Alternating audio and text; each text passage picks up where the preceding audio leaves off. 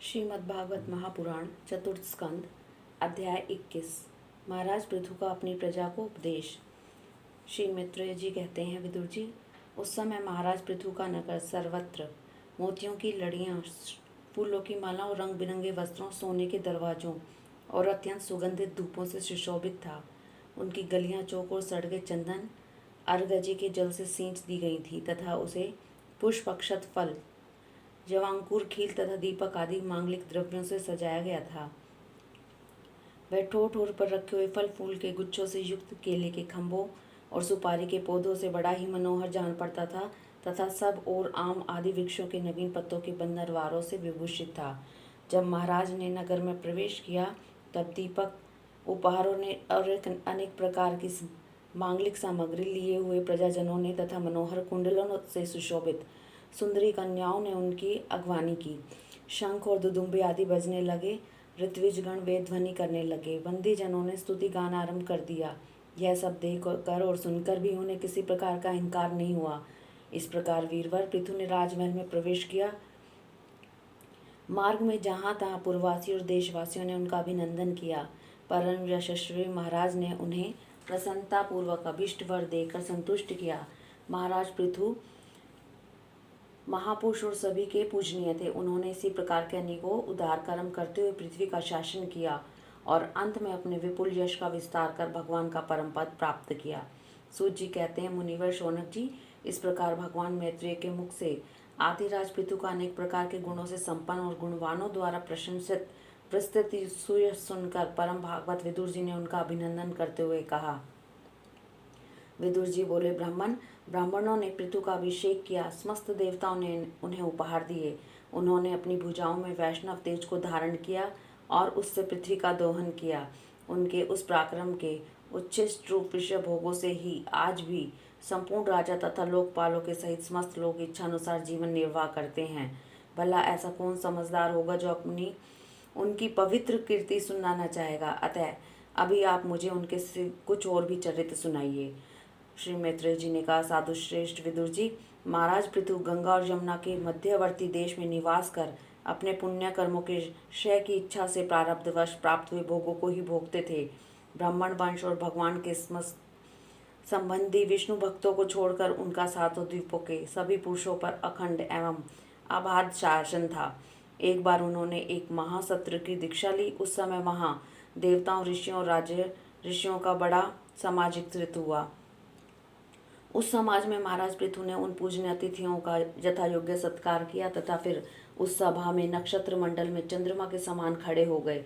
उनका शरीर ऊंचा, भुजाएं भरी और विशाल, रंग गोरा, नेत्र कमल के समान सुंदर और अरुण वर्ण, नासिका सुघड़ मनोहर, स्वरूप सौम्य, कंधे और ऊंचे और मुस्कान से युक्त दंत पंक्ति सुंदर थी। उनकी छाती चौड़ी, कमर का पिछला स्थूल भाग उधर पीपल के पत्ते के समान सुडौल बल पड़े हुए होने से और भी सुंदर जान पड़ता था। नाभि भंवर के समान गंभीर थी, शरीर तेजस्वी था, जंघाएं सुवर्ण के समान देदीप्यमान थी तथा पैरों के पंजे उभरे हुए थे। उनके बाल बारीक, घुंघराले, काले और चिकने थे। गर्दन शंख के समान उतार चढ़ाव वाली तथा रेखाओं से युक्त थी और वे उत्तम बहुमूल्य धोती पहने और वैसी ही चादर ओढ़े थे। दीक्षा के नियम अनुसार उन्होंने समस्त आभूषण उतार दिए थे। इसी से उनके शरीर के अंग प्रत्यंग की शोभा अपने स्वाभाविक रूप में स्पष्ट झलक रही थी। वे शरीर पर कृष्ण मृग का चर्म और हाथों में कुशा धारण किए हुए थे। इससे उनके शरीर की कांति और भी बढ़ गई थी।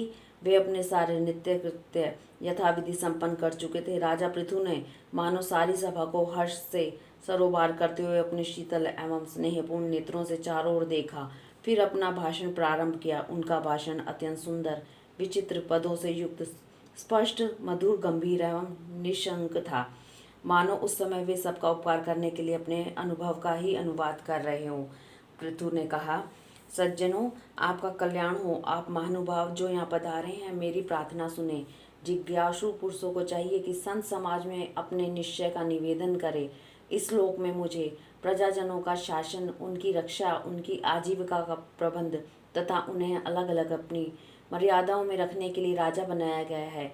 अतः इसका यथासंभव पालन करने से मुझे उन्हीं मनोरथ पूर्ण करने वाले लोगों की प्राप्ति होनी चाहिए जो वेदवादी मुनियों के मतानुसार संपूर्ण कर्मों के साक्षी श्री हरि के प्रसन्न होने पर मिलते हैं। जो राजा प्रजा को धर्म मार्ग की शिक्षा न देकर केवल उससे करोड़ वसूल करने में लगा रहता है, वह केवल प्रजा के पाप का ही भागी होता है और अपने ऐश्वर्य से हाथ धो बैठता है। अतः प्रिय प्रजानन, आपके इस राजा का परलोक में हित करने के लिए आप लोग परस्पर दृष्टि दोष छोड़कर हृदय से भगवान को याद करते हुए अपने अपने कर्तव्य का पालन करते रहिए, क्योंकि आपका स्वार्थ भी इसी में है और इस प्रकार मुझ पर भी आपका बड़ा अनुग्रह होगा। विशुद्ध चित्त देवता, पितर और महर्षिगण, आप भी मेरी इस प्रार्थना का अनुमोदन कीजिए, क्योंकि कोई भी कर्म हो, मरने के अनंतर उसके कर्ता, उपदेष्टा और समर्थक को उसका फल समान मिलता है। माननीय सज्जनों, किन्हीं श्रेष्ठ महानुभावों के मत में जो कर्मों का फल देने वाले भगवान जगपति ही हैं, क्योंकि इलोक और परलोक दोनों ही जगह कोई कोई शरीर बड़े तेजों में देखे जाते हैं। मनु, उतानपाद, महीपति, ध्रुव, राजर्षि, प्रियव्रत, हमारे दादा अंग तथा ब्रह्मा, शिव, प्रहलाद, बलि आदि इस कोटि के अनन्य महानुभावों के मत में जो धर्म, अर्थ, काम, मोक्ष रूप चतुर्वर्ग तथा स्वर्ग और अपवर्ग के स्वाधीन नियामक कर्म फलदाता रूप से भगवान गदाधर की आवश्यकता है ही, इस विषय में तो केवल मृत्यु के दोहित्र, वेन आदि कुछ शोषणीय और धर्म विमूढ़ लोगों का ही मतभेद है। अतः उसका कोई विशेष महत्व नहीं हो सकता। जिनके चरण कमलों की सेवा के लिए निरंतर बढ़ने वाली अभिलाषा, उन्हीं के चरण नख से निकली हुई गंगा जी के समान संसार ताप से संतप्त जीवों के समस्त जन्मों के संचित मनोमल को तत्काल नष्ट कर देती है। जिनके चरण तल का आश्रय लेने वाले पुरुष सब प्रकार के मानसिक दोषों को धो डालता है तथा वैराग्य और तत्व साक्षात्कार रूप बल पाकर फिर इस दुख में संसार चक्र में नहीं पड़ता, और जिनके चरण कमल सब प्रकार की कामनाओं को पूर्ण करने वाले हैं, उन प्रभु को आप लोग अपनी अपनी आजीविका के उपयोगी वर्ण, आश्रम, उचित अध्यापन आदि कर्मों तथा ध्यान, स्तुति, पूजा आदि मानसिक, वाचिक एवं शारीरिक क्रियाओं के द्वारा भजें। हृदय में किसी प्रकार का कपट न रखें तथा यह निश्चय रखें कि हमें अपने अपने अधिकार अनुसार इसका फल अवश्य प्राप्त होगा। भगवान सर्वतः विशुद्ध, विज्ञान घन और समस्त विशेषणों से रहित हैं, किंतु इस कर्म मार्ग में जो चावल आदि विविध द्रव्य, शुक्ल आदि गुण, अवघात आदि क्रिया एवं मंत्रों के द्वारा और अर्थ, आशय, लिंग तथा ज्योतिष्टोम आदि नामों से संपन्न होने वाले अनेक विशेषण युक्त यज्ञ के रूप में प्रकाशित होते हैं, जिस प्रकार एक ही अग्नि भिन्न भिन्न काष्ठों में उन्हीं के आकार आदि के अनुरूप भासती है, उसी प्रकार वे सर्वव्यापक प्रभु परमानंद स्वरूप होते हुए भी प्रकृति, काल, वासना और अदृष्ट से उत्पन्न हुए शरीर में विषयाकार बनी हुई बुद्धि में स्थित होकर उन यज्ञ आदि क्रियाओं के फलस्वरूप अनेक प्रकार के जान पड़ते हैं। अहो, इस पृथ्वी तल पर मेरे जो प्रजाजन यज्ञ भोक्ताओं के अधीश्वर सर्वगुरु श्री हरि का एक निष्ठ भाव से अपने अपने धर्मों के द्वारा निरंतर पूजन करते हैं, वे मुझ पर बड़ी कृपा करते हैं। सहनशीलता, तपस्या और ज्ञान इन विशिष्ट विभूतियों के कारण वैष्णव और ब्राह्मणों के वंश स्वभावतः ही उज्जवल होते हैं। उन पर राजकुल का तेज, धन, ऐश्वर्य आदि समृद्धियों के कारण अपना प्रभाव न डालें। ब्रह्मा आदि समस्त महापुरुषों में अग्रगण्य ब्राह्मण भक्त पुराण पुरुष श्री हरि ने भी निरंतर इन्हीं के चरणों की वंदना करके अविचल लक्ष्मी और संसार को पवित्र करने वाली कीर्ति प्राप्त की है। आप लोग भगवान के लोक संग्रह रूप धर्म का पालन करने वाले हैं तथा सर्वा अंतर्यामी स्वयं प्रकाश ब्राह्मण प्रिय श्री हरि विप्रवंश की सेवा करने में ही परम संतुष्ट होते हैं। अतः आप सभी को सब प्रकार से विनयपूर्वक ब्राह्मण कुल की सेवा करनी चाहिए। इनकी नित्य सेवा करने से शीघ्र ही चित्त शुद्ध हो जाने से कारण मनुष्य स्वयं ही परम शांति रूप मोक्ष प्राप्त कर लेता है। अतः लोक में इस ब्राह्मणों से बढ़कर दूसरा कौन है जो भविष्य भोजी देवताओं का मुख हो सके।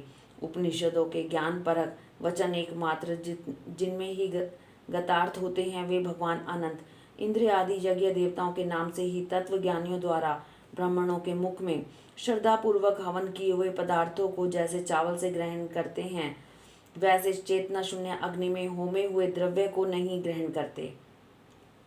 सभ्यगण, जिस प्रकार स्वच्छ दर्पण में प्रतिबिंब का भान होता है, उसी प्रकार जिससे इस संपूर्ण प्रपंच का ठीक ठीक ज्ञान होता है, उस नित्य शुद्ध और सनातन ब्रह्म को जो परमार्थ तत्व की उपलब्धि के लिए श्रद्धा, तप, मंगलमय आचरण, स्वाध्याय, विरोधी वार्तालाप के त्याग तथा संयम और समाधि के अभ्यास द्वारा धारण करते हैं, उन ब्राह्मणों के चरण कमलों की धूलि को मैं आयु पर्यंत अपने मुकुट पर धारण करूं, क्योंकि उसे सर्वदा सिर पर चढ़ाते रहने से मनुष्य के सारे पाप तत्काल नष्ट हो जाते हैं और संपूर्ण गुण उनकी सेवा करने लगते हैं।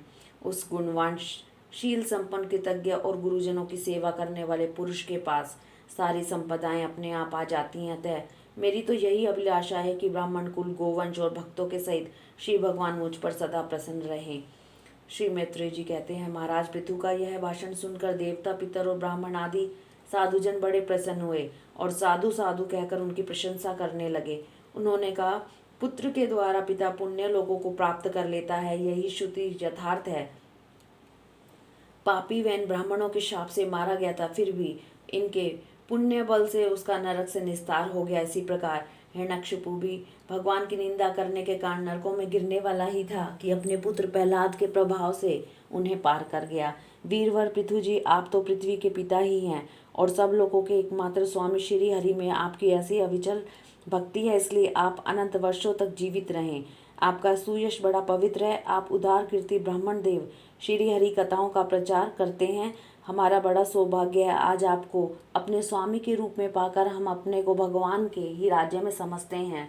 स्वामिन, अपने आश्रितों को इस प्रकार का श्रेष्ठ उपदेश देना आपके लिए कोई आश्चर्य की बात नहीं है, क्योंकि अपनी प्रजा के ऊपर प्रेम रखना तो करुणा में महापुरुषों का स्वभाव ही है।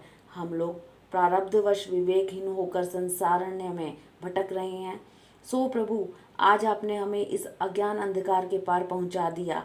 आप शुद्ध सत्वमय परम पुरुष हैं, जो ब्राह्मण जाति में प्रविष्ट होकर क्षत्रियों की तथा क्षत्रिय जाति में प्रविष्ट होकर ब्राह्मणों की तथा दोनों जातियों में प्रतिष्ठित होकर सारे जगत की रक्षा करते हैं। हमारा आपको नमस्कार है। हरि ओम तत्सत।